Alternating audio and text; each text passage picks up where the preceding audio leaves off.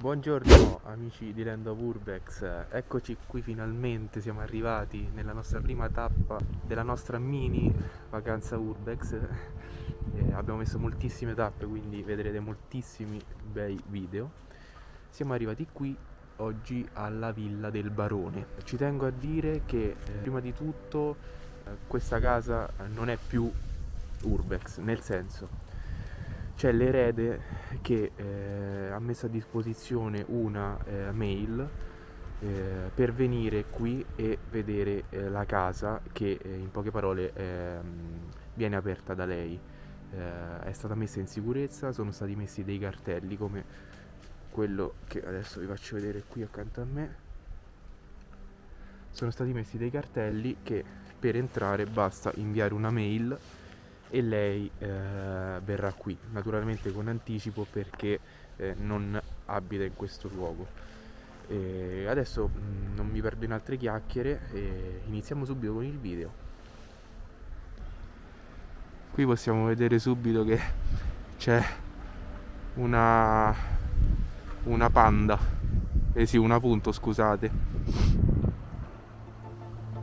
un bellissimo glicine, tutto quanto in fiore che ricopre tutta la casa.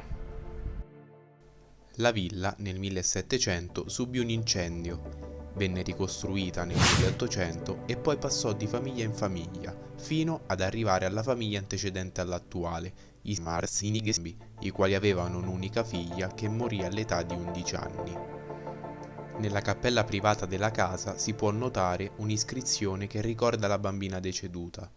Morta la bimba, i Marsigny lasciarono soldi e casa alla trisnona dell'attuale proprietaria per fare un ospedale, edificato poi nell'attuale comune. Invece la villa venne data al bisnonno dell'attuale proprietaria, Nicola Stalle. Nicola studiò ingegneria a Torino ed in seguito proseguì la sua carriera all'École des Mines a Parigi. Quando tornò in Italia, dopo aver fatto una serie di pubblicazioni e di scoperte, prese il posto di Quintino Sella quando quest'ultimo andò al bilancio. Divenne poi direttore generale di tutte le miniere del Regno d'Italia e fondò anche ad Odroga la prima sezione del club alpino italiano. Entrando nell'atrio troviamo i due busti dei due bisnonni dell'attuale proprietaria, Achille Trisi e Nicola Stalle. Uno dei due bisnonni dell'attuale proprietaria, Achille Trisi, possedeva una bellissima villa costruita nel Settecento ad Aniglo, che adesso è di proprietà del comune. Ha un grande giardino, una cappella e le prigioni, ma al giorno d'oggi è utilizzata dall'associazione che testa le acque del lago di Momoki. Nicola ebbe due figli. Il primo, dopo aver preso 2 lauree, la prima in lettere e indirizzo archeologico e l'altra in giurisprudenza, fece il concorso al Ministero dell'Istruzione ed arrivò secondo, pubblicò diversi articoli e studi e diventò direttore dell'Accademia dei Lincei. Proprio per questo suo ruolo conobbe molti scienziati e poeti, tra cui Trilussa, che fu ospite della villa. Entriamo. Qui ci sono tipo dei sotterranei, penso. Cantina. Prima di entrare nella stanza vediamo un giacchetto, uno specchio. Belle queste sedie. Sedie antiche con un tavolo, dei dipinti. Infatti mi dicono, ci ha detto l'erede che questa qui è la stanza degli stucchi di Monferrato, una cosa del genere. Molto, molto bello. Hanno rubato diverse tele, hanno rubato una macchina da cucire, l'originale a cui era molto legata. Qui possiamo trovare la menta, sciroppo alla menta. Poi di qua ci aveva fatto vedere dei bicchieri, eccoli, tutti i bicchieri.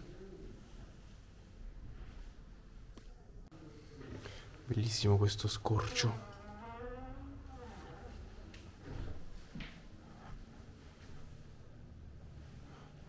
In cui entra la natura che si sta impossessando di tutto. Qui è un'altra sala in cui ha detto la signora che hanno rubato le ville sì, le sedie che erano originali di un luogo molto famoso qui in zona. Ecco la cappella.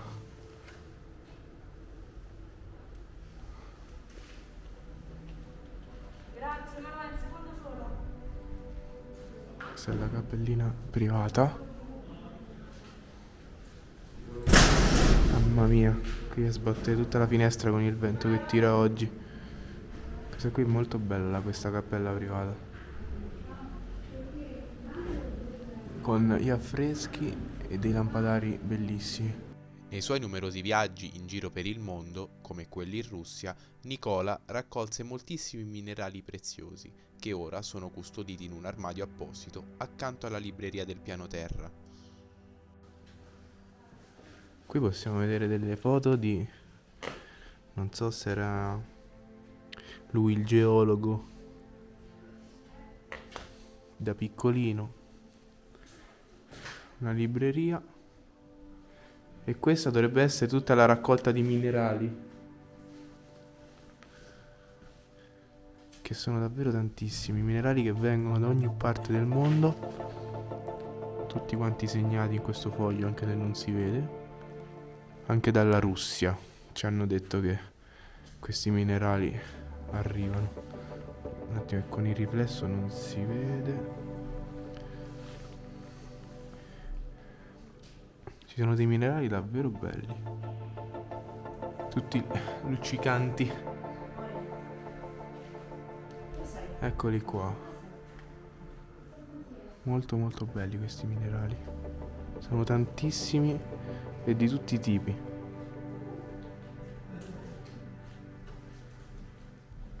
Guardate qui sopra. La sala da pranzo. Il ritratto.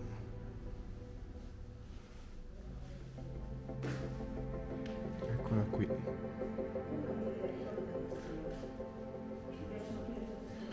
Molto bella questa. Guardate che conchiglia.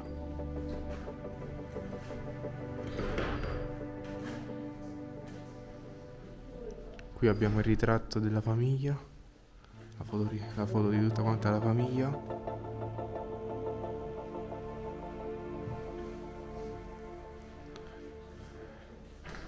Altri mobili.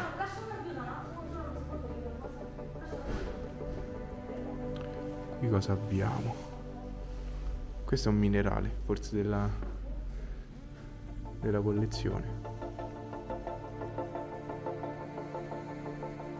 Siamo saliti al secondo piano. Qui c'è un bagnetto.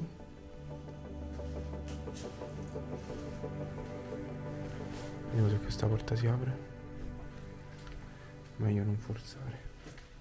Alcuni punti sono crollati.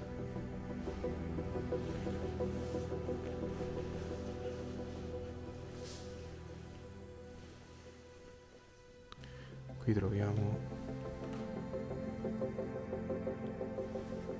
delle tipo lettere. Vecchia amica di mamma morta a 94 anni.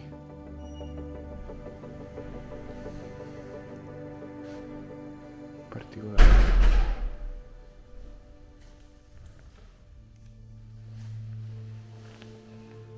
Un giradischi.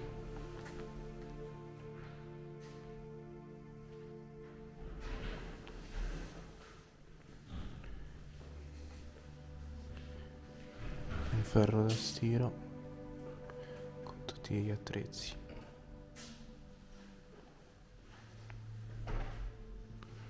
E questo è il comodino con la foto.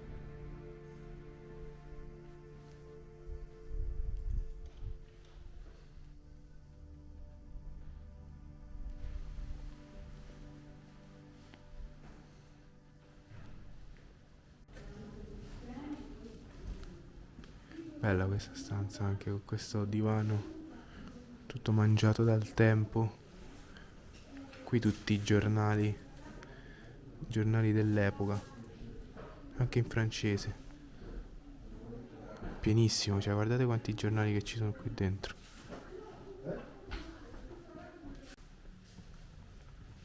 Al secondo piano troviamo anche questo bellissimo divano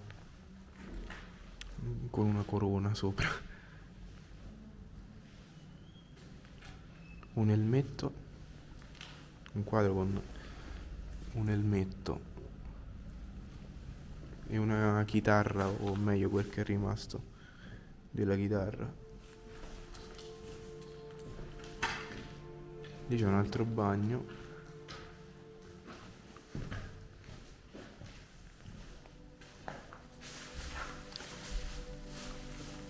Qui ci sono delle chiavi.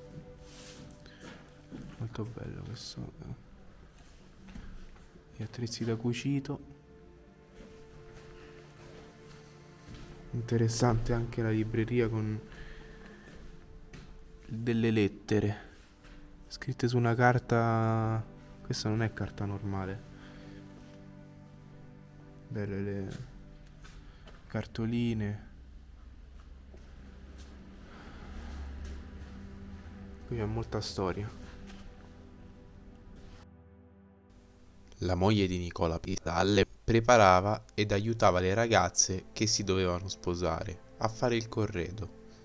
C'era una macchina da cucire a cui l'attuale proprietaria era molto legata, che però purtroppo è stata rubata qualche mese fa. Eccoci la penultima stanza del secondo piano. Ci sono cose molto interessanti qua. Sempre libri, documenti vecchi e giornali del 1940 francese, diverse cartoline,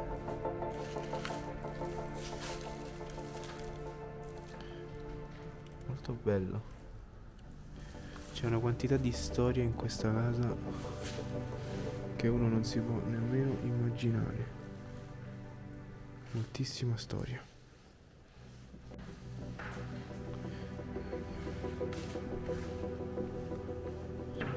Ah, fantastica. Guardate che libreria.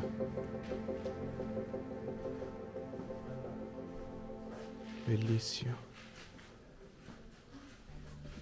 Fantastica questa libreria con la lavagna che veniva usata per scrivere le cose.